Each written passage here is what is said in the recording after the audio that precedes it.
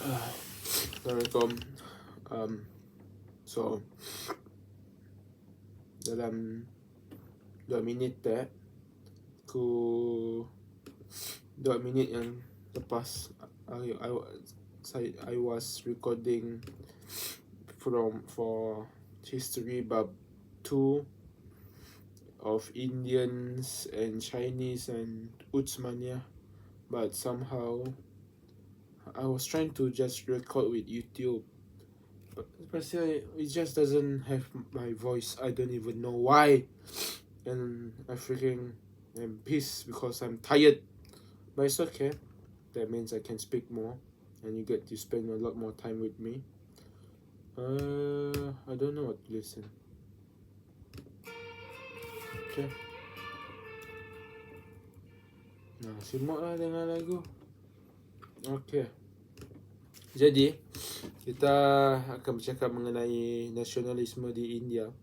Okay, India ni ada berkaitan rapat dengan Pakistan, di mana dahulu India dan juga Pakistan dan juga Bangladesh merupakan satu negara di bawah yang dipanggil sebagai British India, di bawah jajahan British. Namun sekarang ia telah menjadi India. Kalau ikut tarikhnya, Pakistan, India dan juga Bangladesh. Macam tak silap Bangladesh berpecah daripada India ataupun Pakistan. Saya tak ingat. Okay, nasionalis India merupakan reaksi penduduk tempatan terhadap imperialisme British. Kebangkitan rakyat tempatan dalam dahagi India merupakan titik tolak kepada perkembangan nasionalisme di India. Memberikan perhatian terhadap isu sosio-agama. Brahmo Samaj dan Arya Samaj merupakan pertubuhan penting yang menggiatkan rasa kecintaan kepada budaya tempatan, kesan daripada pengaruh barat. Pada tahun abad ke-19, maksudnya 18 something, perkembangan pendidikan barat membawa kemunculan golongan intelektual yang memulakan gerakan nasionalisme di India. Mereka menubuhkan dua benda, iaitu Kongres Kebangsaan India ataupun Indian National Congress (INC) yang dibentuk pada tahun 1885 dan Liga Muslim yang ditubuhkan pada tahun 1906. Pada awal ke-20, pada awal abad 20, maksudnya dah 19 something, muncul gerakan bersifat keras yang diketuai nasionalis radikal Bal Gangadhar Tilak dan Bipin Chandrapal yang menggerakkan semangat penentangan secara militan terhadap British. Maksudnya bergaduh. Saya demam sikit. Tak ada demam, just sesemam. Okay. Selepas Perang Dunia Pertama, INC memperlihatkan dasar tidak bekerjasama dengan British, diterajui oleh Mahatma Gandhi yang menjadikan Satyagraha sebagai pegangan untuk menggerakkan nasionalisme di India. Satyagraha bermaksud kepercayaan kepada absolute truth. Sekejap, let me search. Satyagraha meaning clinging to truth, holding fast to truth. Maksudnya berpegang dengan kebenaran yang sebenar dan firmness in good cause.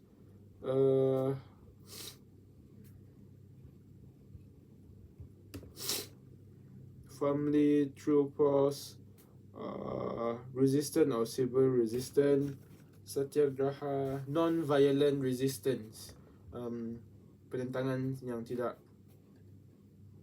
ke arah violent, keganasan. Okay. Selepas Perang Dunia Kedua, Indian National Congress dan juga Liga Muslim membentuk jawatan kuasa khas merangka rancangan pembahagian India kepada India dan Pakistan. 14 Ogos, Pakistan merdeka. Gubernur pertamanya ialah Muhammad Ali Jinnah. Ingat boxer Muhammad Ali? Ingat Jinnah?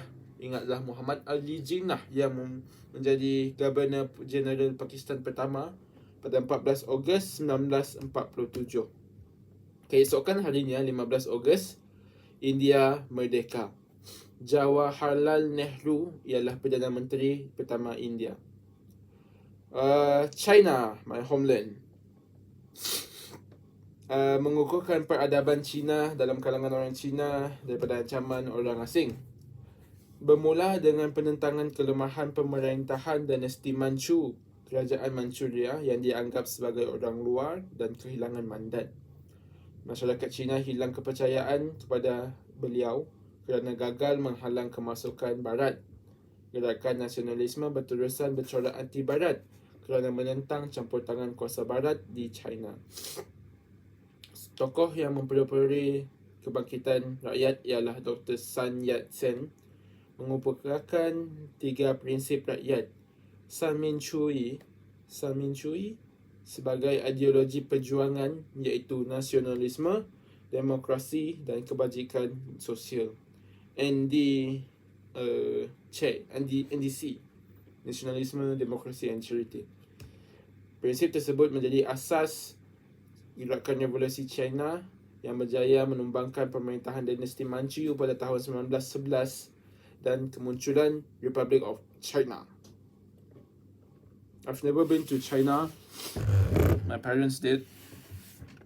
Oh, I like that angle better. This is so much better. I look so much better.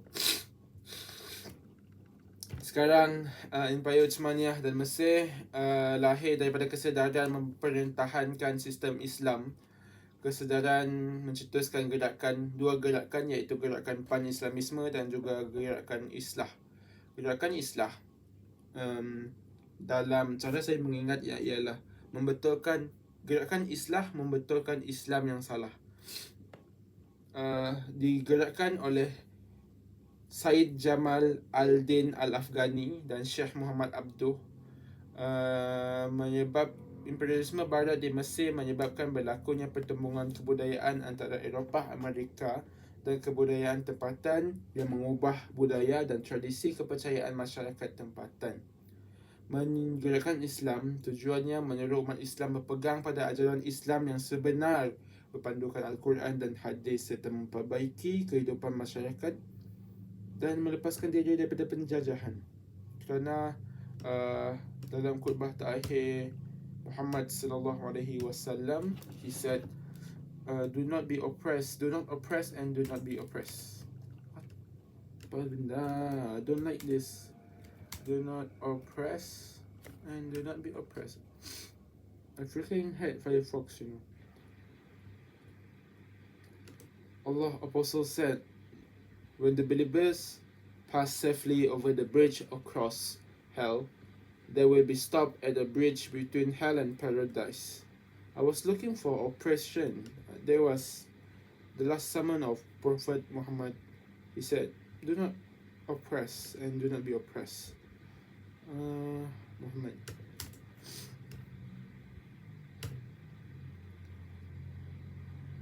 Volume 3, Book 43, number 622. Abdullah bin Umar, Allah Apostle said, a Muslim is a brother of another Muslim. Seorang Islam ialah saudara kepada Islam yang lain. Jadi janganlah dia menekannya dan jugalah dia membenarkan untuk ditekan. Do not oppress and do not be oppressed. That's Islamic teaching. Okay, gerakan Pan-Islamisme. Pan-Islamisme memantapkan hubungan Islam seluruh dunia. 1883, Said Jamal Al-Din Al-Afghani menubuhkan kumpulan yang diberikan nama Al-Urwah Al-Wuthqa, ikatan yang kuat. Secara jujurnya, saya masih mencari cara nak buat Down syndrome, autism punya idea supaya saya boleh ingat dengan lebih bagus. No, I don't have pen. There's no notes in scouting that I can kaitkan dengan pen. Kumpulan ini ditubuhkan untuk memperkuatkan rasa persaudaraan dan membawa umat Islam daripada kemajuan. Gerakan Pan-Islamisme menerbitkan akhbar Al-Urwah Al-Wuthqa untuk menyebarkan idea Pan-Islamisme, bertujuan untuk menyeru penyatuan persaudaraan umat Islam di seluruh dunia untuk bangkit menghalang perluasan kuasa Barat. Pada tahun 1914, Empire Utsmaniyah mengeluarkan fatwa menyuruh umat Islam yang ditindas penjajah Barat bangkit berjuang bersama-sama dengan Empire Utsmaniyah. Pemerintahan Empayar Utsmaniyah iaitu Khalifah Abdul Hamid II menggerakkan idea ini. Mendapat sokongan umat Islam di seluruh dunia termasuk tanah Melayu. Contohnya kebangkitan Tok Janggut. Saya baru chef. That's why I look like I'm a lot younger. Kebangkitan Tok Janggut menentang British di Kelantan pada 1915. Kita ada Jepun. Let's do Jepun. Biar panjang sikit video tu. Jepun digerakkan oleh pemerintahan Jepun disebabkan kesedaran untuk mencapai kemajuan bagi mengelakkan ancaman imperialisme barat. Maharaja Mikado Meiji 1868 melancarkan gerakan pemulihan Jepun dengan menekankan pemodenan mengikut model barat supaya Jepun dihormati kuasa barat. Prinsip dan semangat Bushido dijalankan asas membina nasionalisme dalam kalangan rakyat dan pemerintah semasa era pemulihan Meiji. Dah maghrib.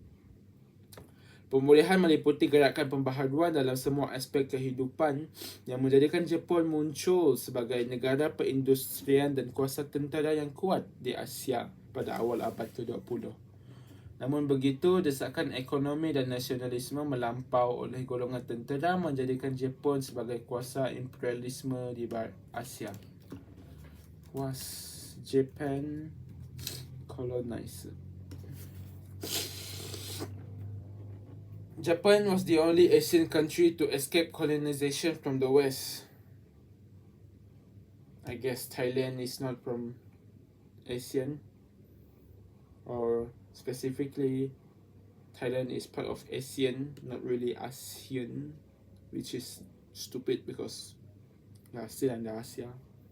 So that is 2.3 for today.